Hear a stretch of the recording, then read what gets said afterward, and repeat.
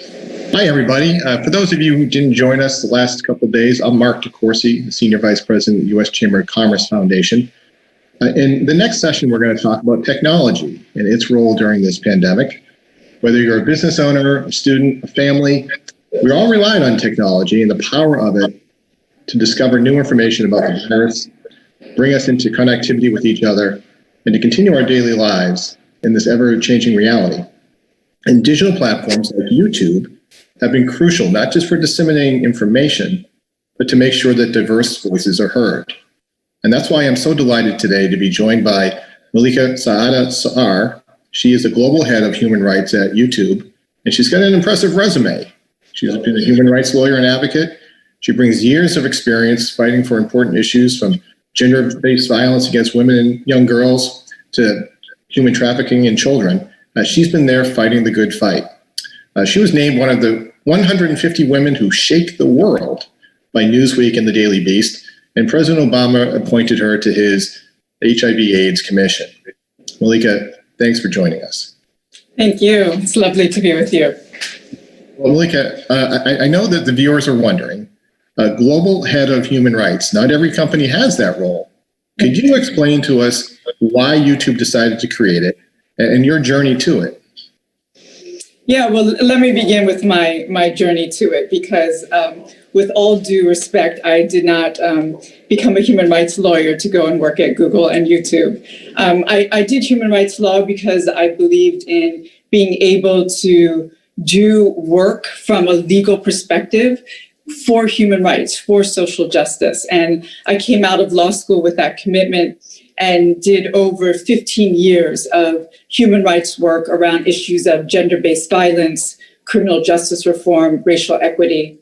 And after all of that time doing the work and being incredibly proud of the work that I was able to do around human rights, around gender-based violence, and ending the way we are hurt so often and in so many ways by gender-based violence and racial inequities. Google brought me on board to do human rights work. And it was really a remarkable opportunity to think through how can we use our products, platforms, and technologies to advance human rights. And with the thinking that, these types of companies need human rights lawyers. They need us to be there in order to be connected to the human rights communities, to be connected to issues around human rights abuse, and recognize that corporations have as much, if not more, power around human rights standards as civil society and even government. So how do we use that impact and influence for good to be able to be clear about our own commitment to adherence to human rights standards and pushing out the need for accountability around human rights because we are a tech company? It's all new, it's all emergent, but I often, say to students in law school, if they do want to do human rights, to think about themselves not only in the NGO space, not only in civil society, but also in tech. Well said. Malika, tell us, over the summer, YouTube hosted a discussion called Bear Witness, Take Action around racial justice. And you've also made a huge commitment to the Black community. Tell us about the programming that YouTube is supporting right now.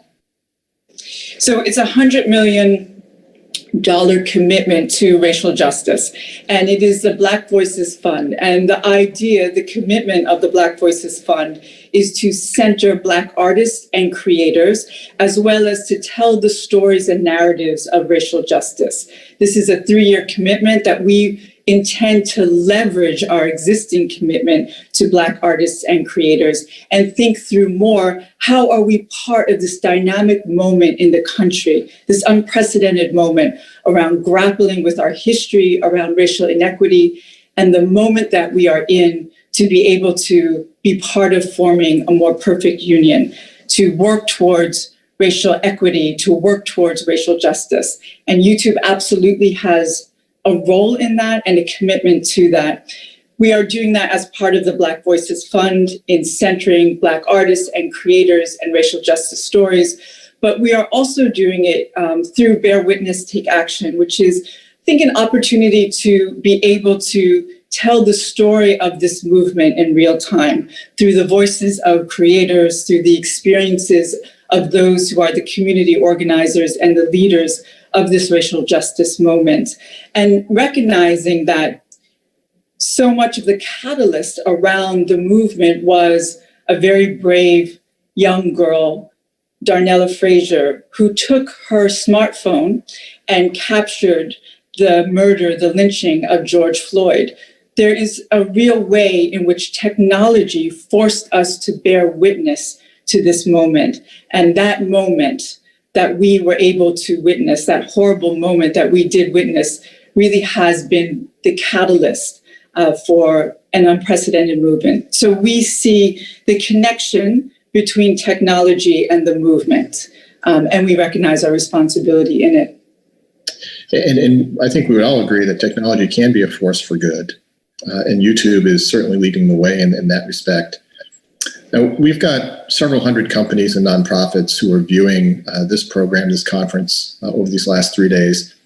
What advice do you have for them to leverage a YouTube platform if they haven't already done so, particularly around human rights, but even if some of the other efforts that they're involved in? How can they best utilize YouTube?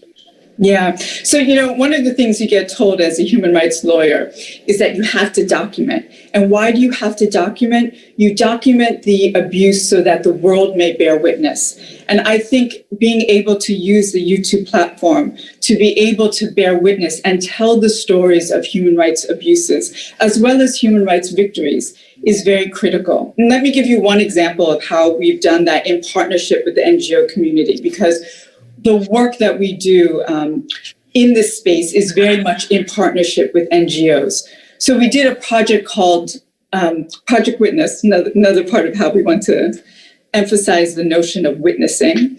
And this project was to be able to work with criminal justice organizations and tell the story of children behind bars.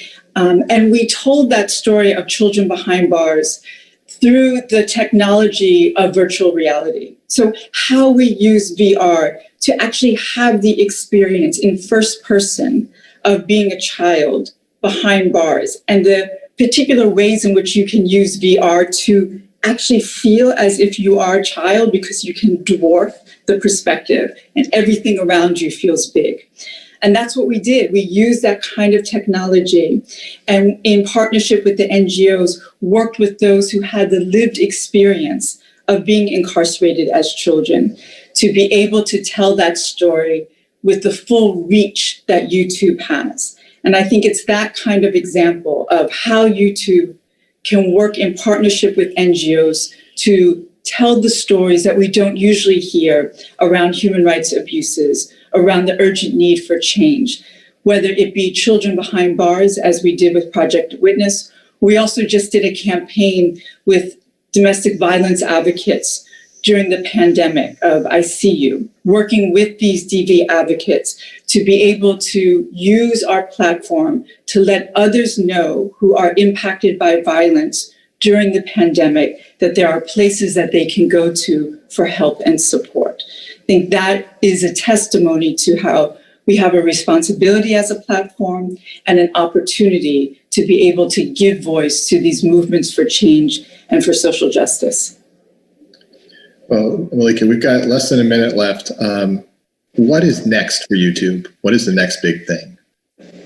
Well, I think we're very committed to the Black Voices Fund and ensuring that it is work that when we are on the other side of this movement, we can say we played our role and we played it well and authentically. And I think there's also more work that we will be doing to, again, use our platform, our products, and our technologies to advance human rights work.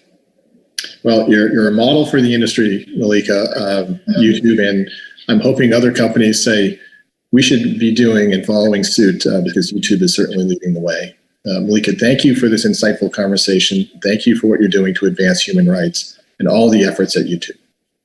Thank you so much.